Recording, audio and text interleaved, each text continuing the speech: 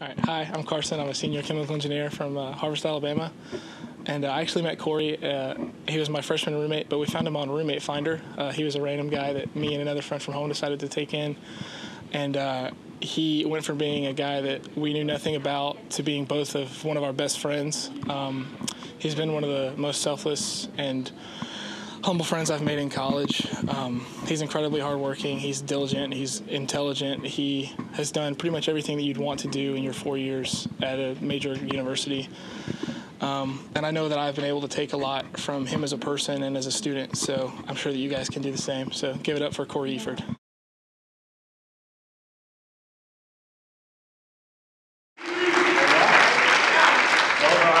First of all, follow that last video. I don't know if I don't want me to interpret advances or something. Some of you know.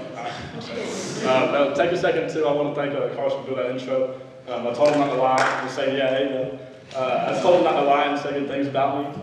Clearly he didn't listen. So sorry to disappoint for the next 12 minutes or so. The high expectations are his fault.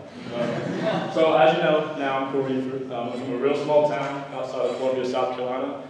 So small, y'all probably have more population in this room than my hometown, no joke.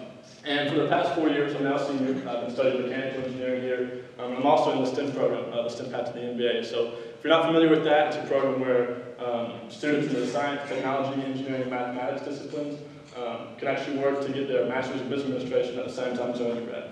And some of my interests, you've probably already noticed, bad jokes. That's like what I live for. So throughout this presentation, there's going to be puns. I mean, your classic dad jokes that you don't want to hang your head at. But I would appreciate it if you laugh. It'll make me a lot more comfortable. You won't feel near as awkward. Thought over getting cue cards, they would let me. Anyways, besides that, the serious interests that are relevant, space and entrepreneurship. I've had the opportunity to work at NASA or intern there this past summer, as well as the Ed Center for Entrepreneurship in downtown Tuscaloosa. So you'll see how those kind of get combined and our previous knowledge comes together in some of the projects I've worked on. To kind of give you an outline of what I'll be talking about in this talk, I'm going to start off talking about a project that I've worked on for about 2 years now. It's called Diagram LLC. We'll learn more about that in a second. And then I'm going to take that and sort of transition into a problem I've noticed in society. And that's a growing trend of complacency and sort of a lack of hard work and effort to overcome things. And then, of course, at the end, I'm going to try and propose something, 3 actions that I've seen that I think can change that.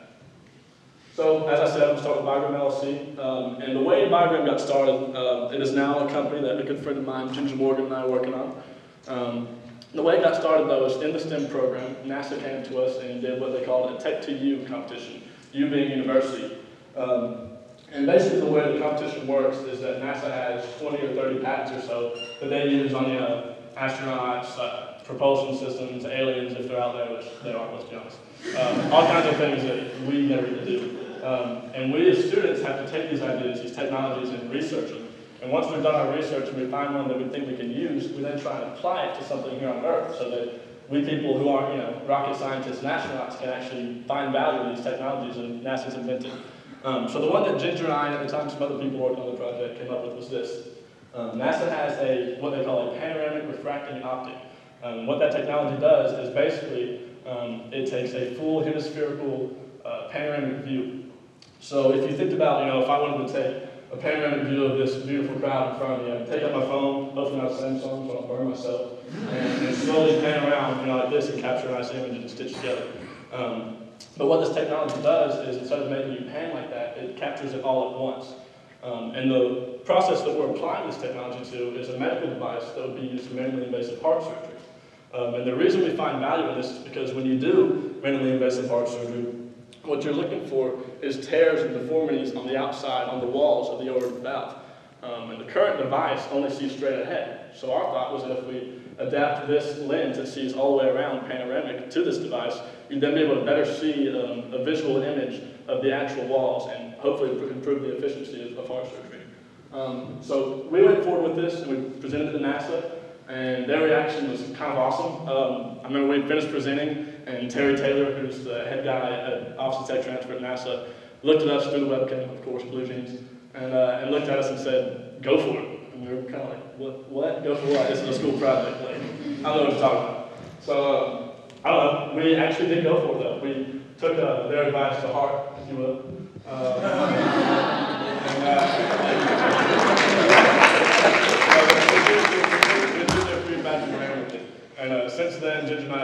a ton of hard work and made this an actual legal entity in the state of Alabama. We are an LLC. We're working now to apply for a small business innovative research grant. In phase 1, that can be up to $125,000. In phase 2, it can be up to $750,000. And if we get that money, it'd be awesome, and we could go forward and actually prototype and create a working model and then hopefully do some research to bring this to the market. And so I kind of want to go over some of the problems that we faced during that process, because this was not an easy thing to do, and this will relate to what I'm talking about in a little bit. We faced some serious issues when we were going forward trying to pursue this thing. The main thing being that we're just students, and so when you go to these people that are corporate CEOs or cardiologists or heart surgeons, they act like they have something better to do. I mean, heart surgeons with something better than to talk to students, come on. But no, it was really hard, seriously, to get in touch with these people and get advice and answers to the questions we needed. So that was one drawback.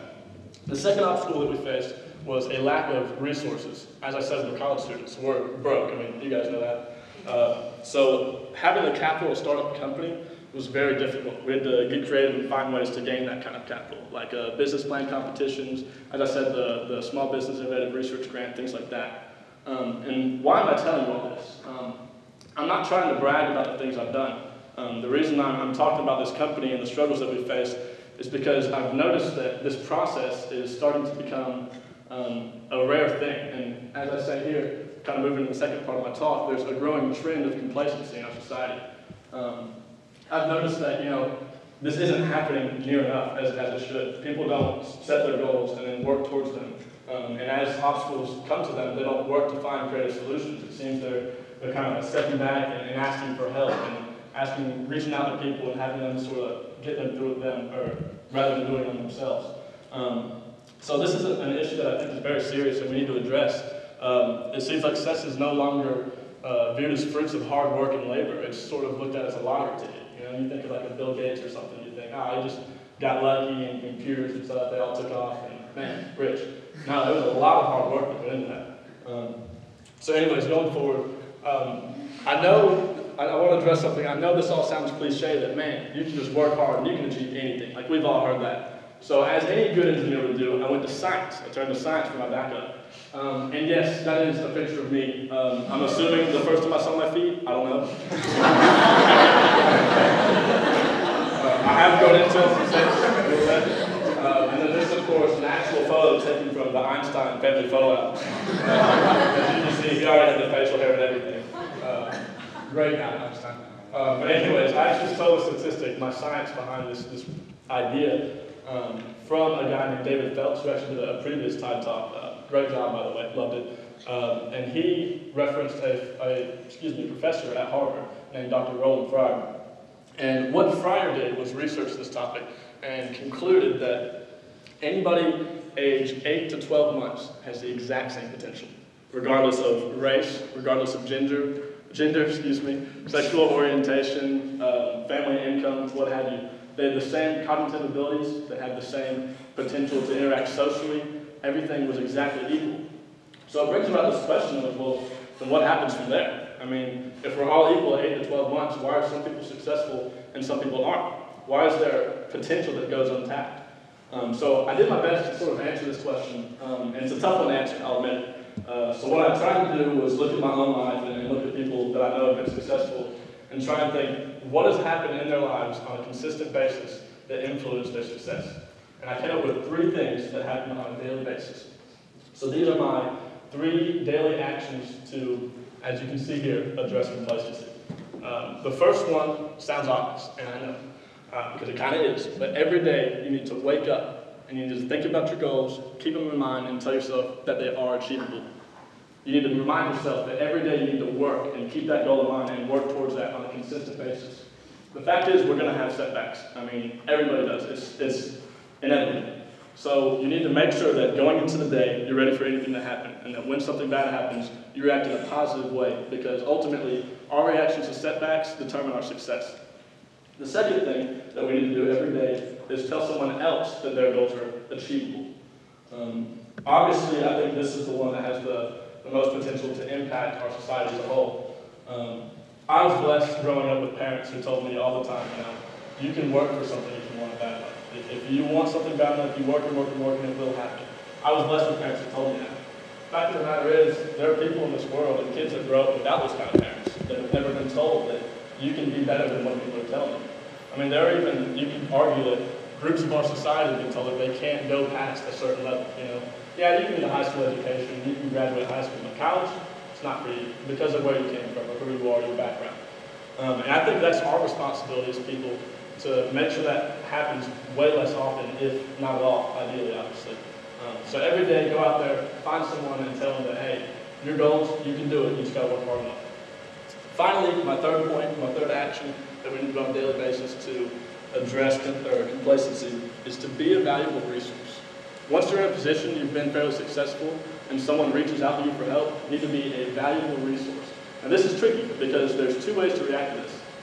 Something I think we can all relate to is a situation that we've seen in high school, of course not in college, where you haven't done your homework and your buddy has. And you go to him and you say, hey man, have you done the homework?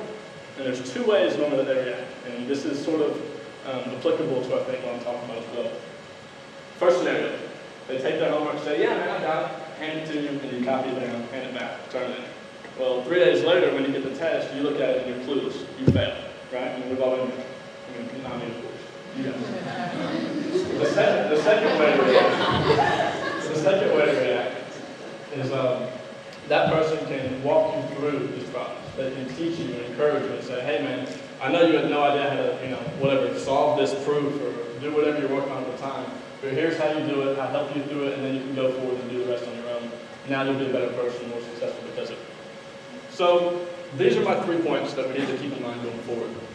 And to kind of wrap up what I've been talking about, I want to say this. I've been talking about all this in the sense of, or the sense of entrepreneurship, because personally that was my goal. About 2 years ago, I set this goal of I'm going to be a successful entrepreneur. That's my goal. That's what I'm working towards. Nothing's getting in my way. And I've done that for the most part so far. But I want to acknowledge that this doesn't extend just to entrepreneurship. If I were to define entrepreneurship in my own words, I'd say it's the process of taking a new or novel idea and developing it into something that affects multiple people.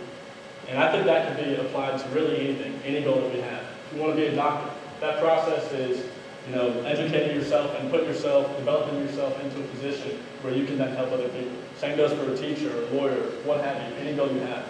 So I want to leave you with this. It is my personal belief that if we follow these 3 things and really pursue these 3 actions on a daily basis, we'll see great change in our country. We'll see complacency start to disappear and people starting to work harder to achieve things and overcome obstacles. We'll see a change in the way that our youth react when hardships come their way. And I truly believe that if we follow these 3 actions, that truly all goals are attainable to those who are willing to work for it.